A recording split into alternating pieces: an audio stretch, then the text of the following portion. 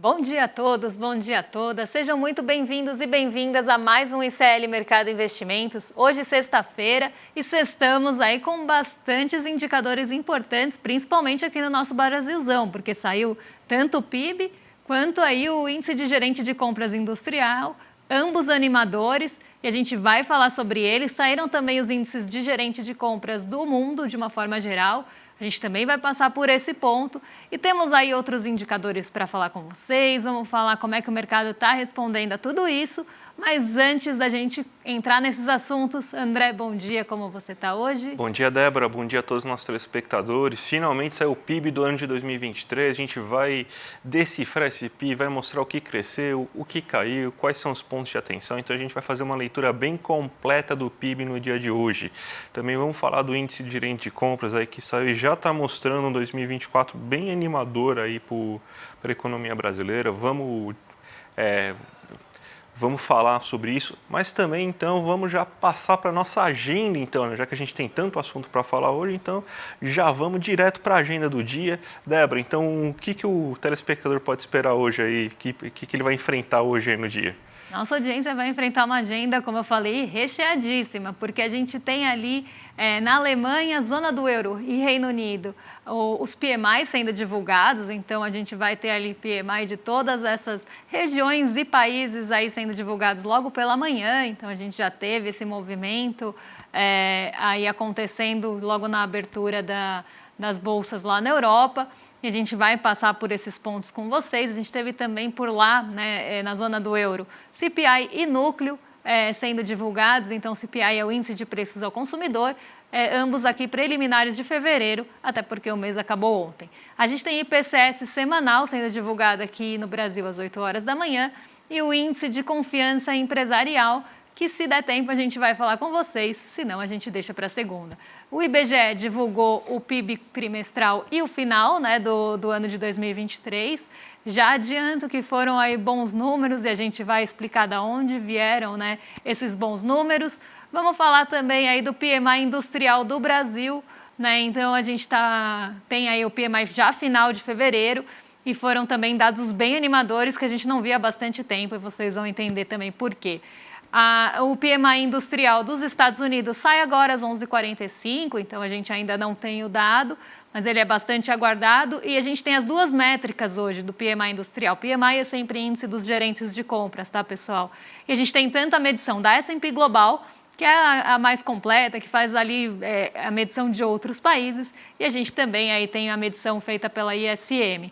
Então aqui já é uma medida mais aí local dos Estados Unidos. Depois disso, a gente tem uma série de dirigentes do Fed, dirigentes do Banco Central dos Estados Unidos falando ao longo do dia.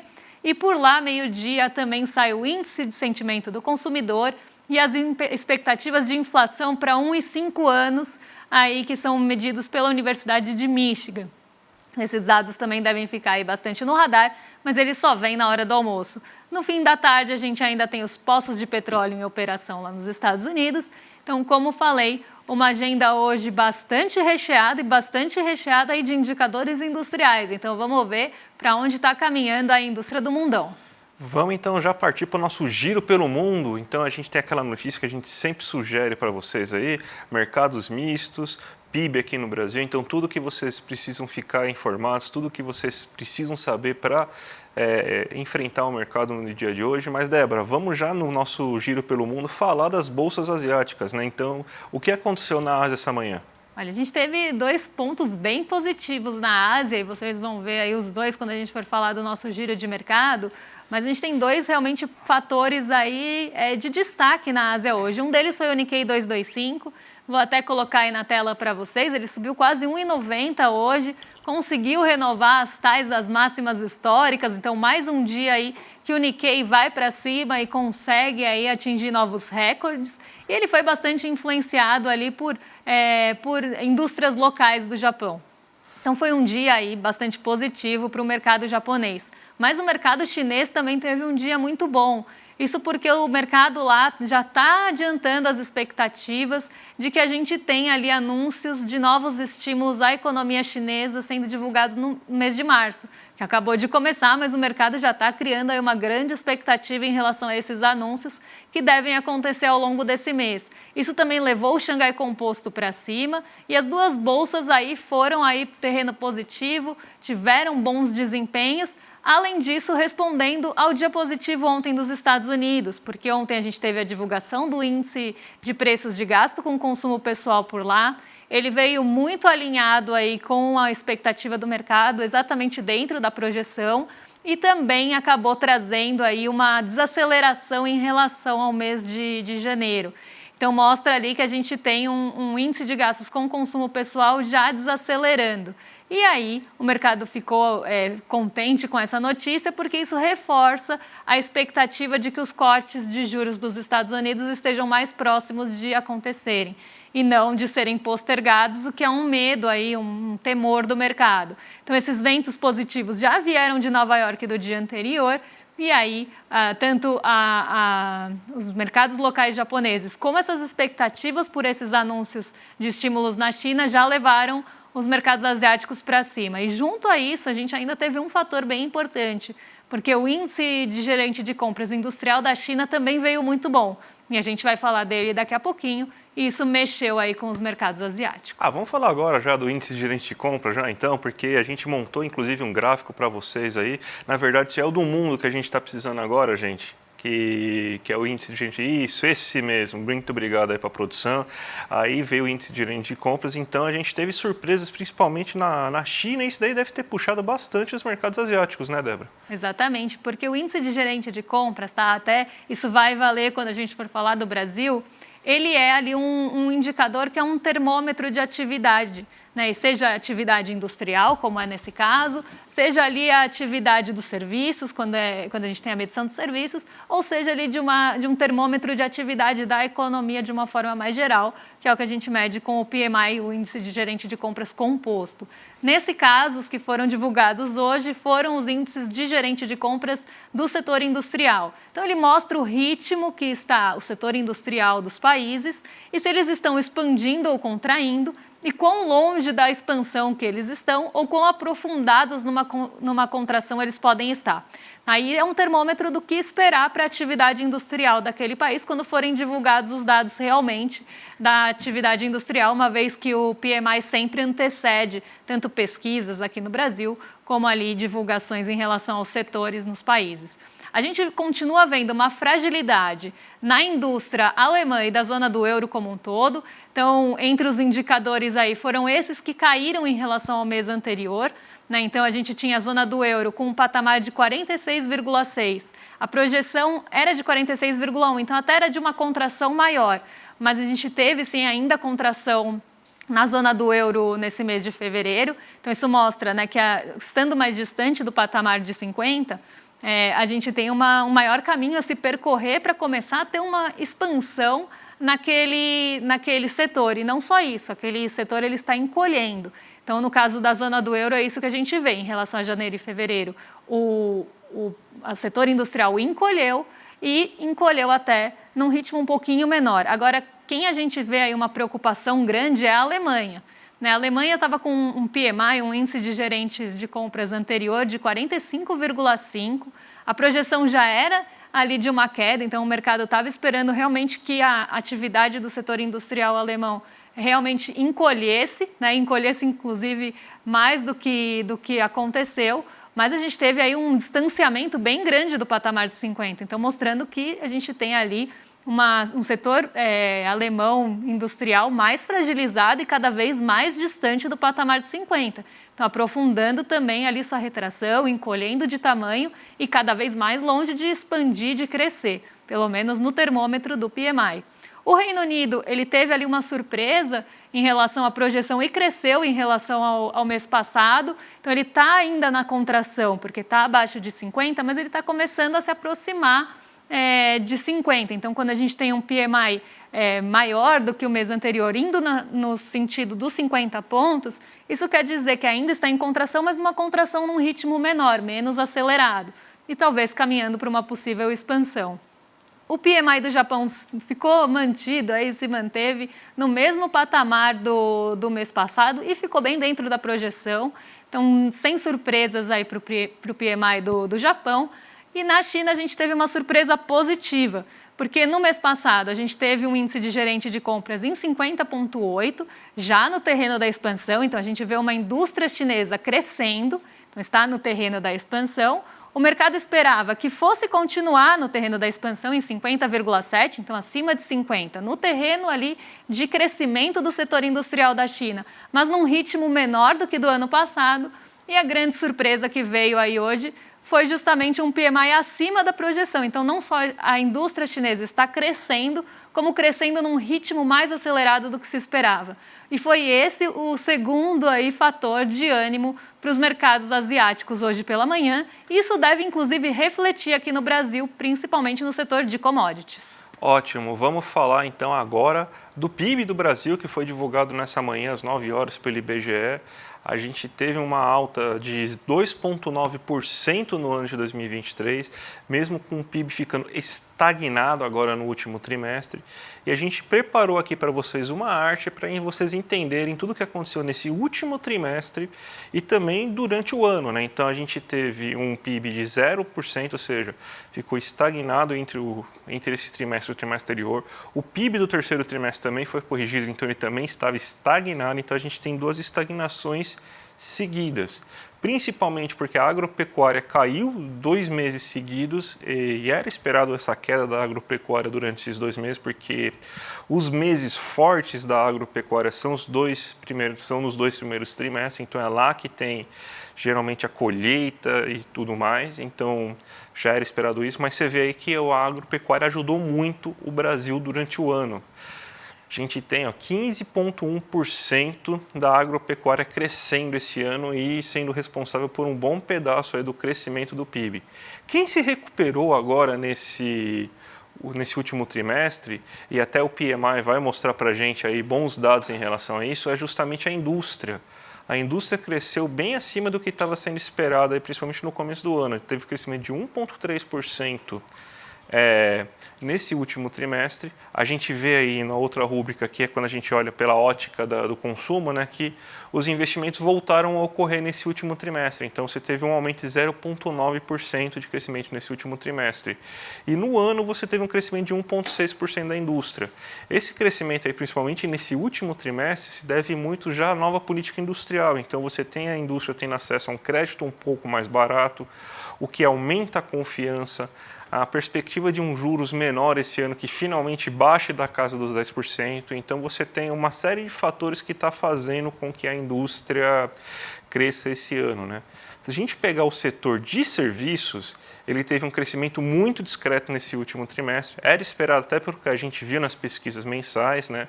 E muito disso é por causa do consumo das famílias. As famílias não consumiram nesse último trimestre. Então isso aí foi um fator preocupante, né? Mas a gente tem já alguns dados que estão mostrando aí que pelo menos existe uma certa confiança de que as famílias voltem a consumir, voltem a procurar serviço aí, principalmente nesse começo de ano, né? Então você tem que os serviços cresceram muito pouco no último trimestre, mas pelo menos no ano ele foi o motor da atividade urbana brasileira, cresceu 2,4%. Se a gente continuar com políticas de distribuição de renda, aumento de salário mínimo, taxa de desemprego em níveis reduzidos, a gente provavelmente vai ter mais um ano com o setor de serviços crescendo bem. E esse aí é a chave para o crescimento econômico, até porque a gente não vai ter o bom resultado do agro que a gente teve esse ano. Você deve ter uma safra menor do que teve esse ano, problemas climáticos e também o crescimento muito grande que teve ano passado, que foi uma safra recorde e muito acima de qualquer projeção aí de começo de ano. Se a gente olha pela ótica da despesa, ou seja, o quanto que as pessoas gastaram, né? A gente teve que, mesmo com uma queda no último trimestre, as famílias gastaram bem. O número não está aqui, mas é 2,7%, né? O consumo das famílias durante o ano. Então, você teve um bom crescimento do consumo das famílias, fruto de política de distribuição de renda, aumento do salário mínimo e queda na taxa de desemprego. Então, isso aí ajudou bastante com que as famílias consumissem mais. O gasto do governo cresceu 0,9% nesse último trimestre, cresceu 1,7% no ano.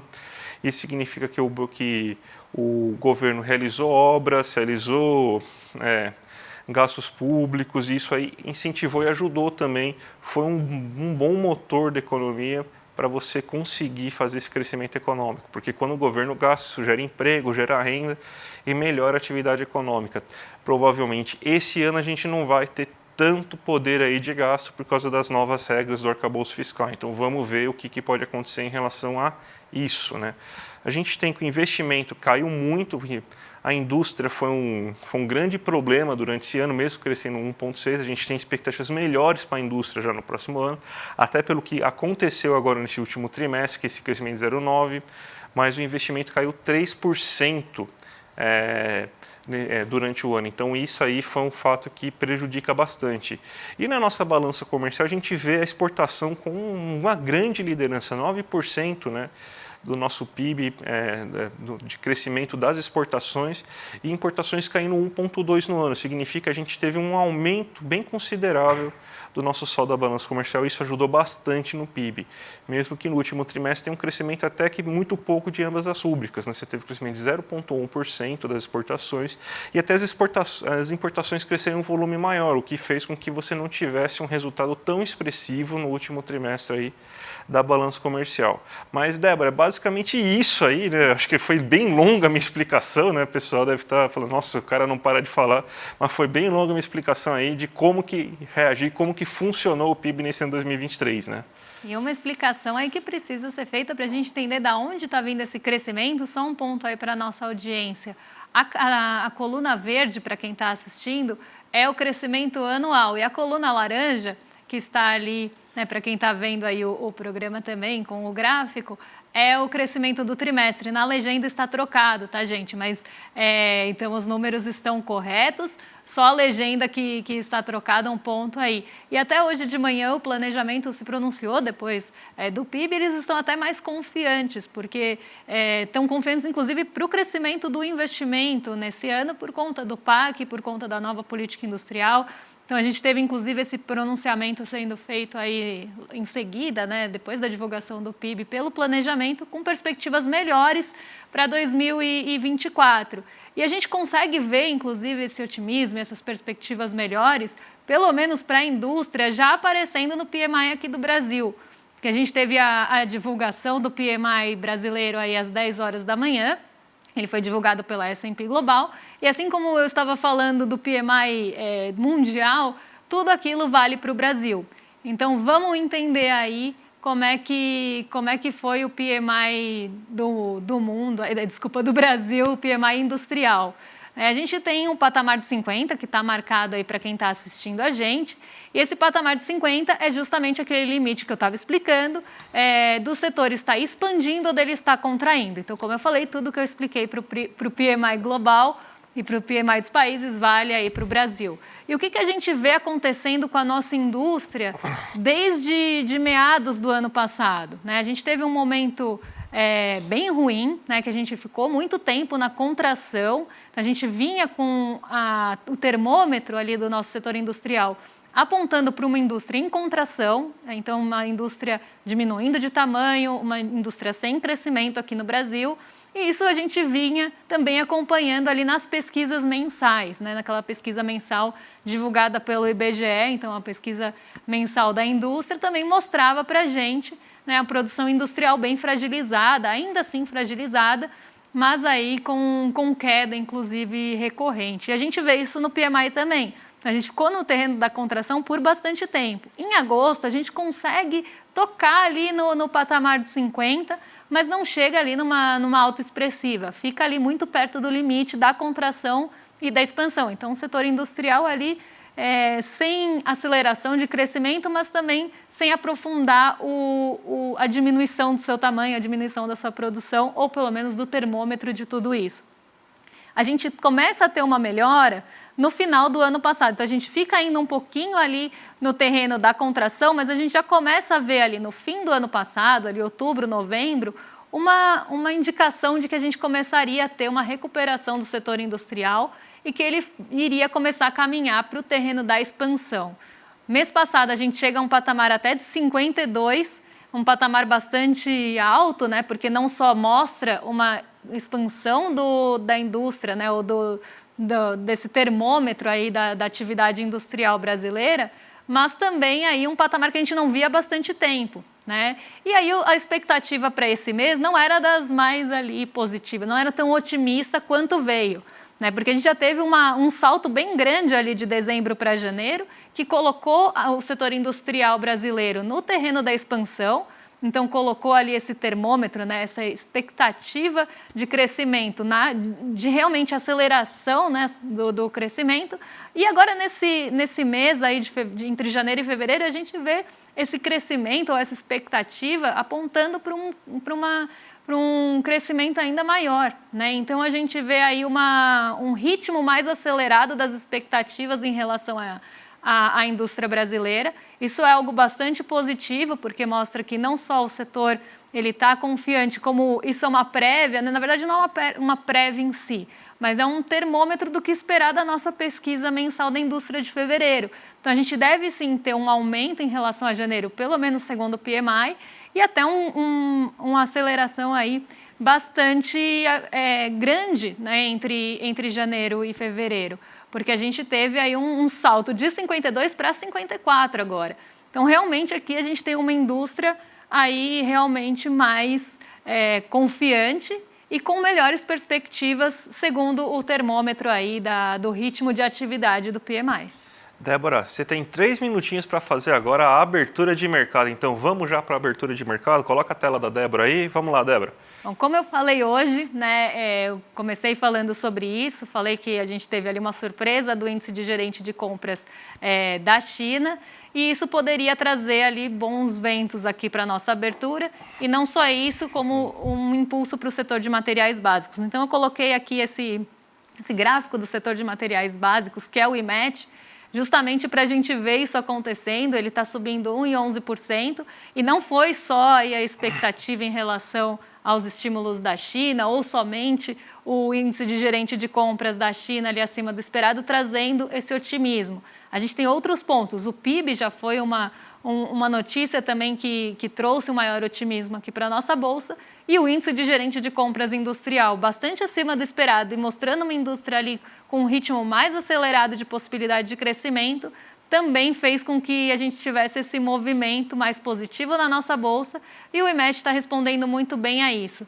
Quando a gente olha ali o Ibovespa, né, acho que tem um ponto importante para a gente analisar, porque a gente tem um Ibovespa subindo 0,32, e isso pode, inclusive, ter uma aceleração depois que a gente tiver a abertura em Nova York, porque a gente teve ontem um dia positivo em Nova York, justamente com queda nos rendimentos das treasuries, mas esse movimento não chegou aqui. A gente teve outros fatores locais que puxaram a nossa bolsa para baixo. Então, hoje, se a gente continuar tendo esse arrefecimento no rendimento dos títulos de dívida dos Estados Unidos, com expectativa, o reforço da expectativa do corte de juros por lá, isso pode chegar aqui no Brasil com força também. Ponto que eu queria chamar a atenção, a gente está vendo a Gerdau, e ela até estava, a outra Gerdau, né? A gente tem a Gerdau metalúrgica e a Gerdau, a GGBR e a outra Gerdau aqui, que estavam as duas aí nas maiores altas. É um ponto importante, porque não só a gente tem todas as expectativas que eu falei, puxando o setor metálico para cima, mesmo em um dia que a gente teve queda no minério de ferro, mas hoje é o último dia da Datacom da Gerdau. Então, quem tem Gerdau até hoje fica elegível para receber dividendos. A partir da segunda-feira, ela já vira DataX. Então, a partir de segunda-feira, quem comprar Gerdau já não recebe mais dividendos. Então, por isso também que ela está subindo bastante. Bastante gente indo procurar a Gerdau para pegar o último dia aí de corte dos dividendos. Então, vamos ver como está o mercado. Acho importante falar isso. Vamos ver como é que está o mercado. Ibovespa, como eu falei, sobe. O S&P 500 abriu em alta, contrariando, inclusive, a tendência que vinha sendo mostrada pelos futuros de Nova York hoje de manhã. Nikkei 225 subiu 1,88, como já vimos. Xangai Composto, já expliquei essa alta de 0,37. O dólar cai hoje, mas cai aí num ritmo menos aí acelerado do que poderia. Até está caindo pensando no impulso do preço das commodities, ou da expectativa para a melhora dos preços das commodities, melhor dizendo.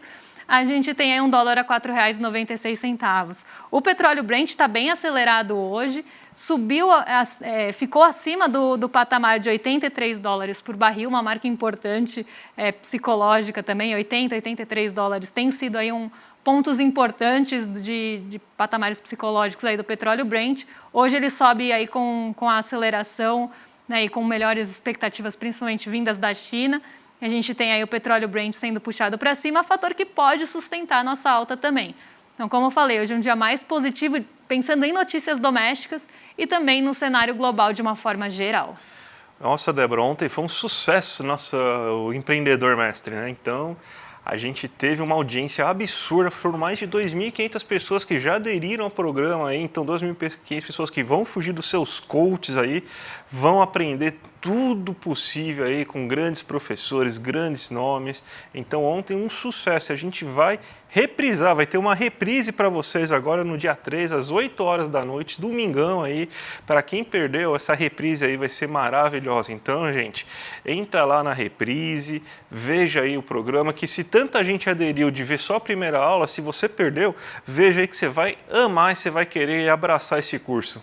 Esse curso vai ser aí o mais revolucionário aí, pensando em empreendedorismo, que normalmente é cheio de ciladas, e eu estarei lá. Já estou dando um spoiler aí para vocês. Quem viu a aula ontem sabe, quem viveu sabe que estarei também junto aí ao Edu e tantos outros professores no Empreendedor Mestre. Agora vocês ficam com o William De Luca, com o Rolê ICL. Eu tenho certeza que os rolezeiros já estão ansiosos, mesmo que eu não esteja conseguindo ver o chat hoje, mas vocês vão ficar aí em excelente companhia. A gente volta na segunda-feira com as expectativas para a semana e eu vou trazer aí o índice de confiança do empresariado que ficou pendente, eu vou cumprir a dívida.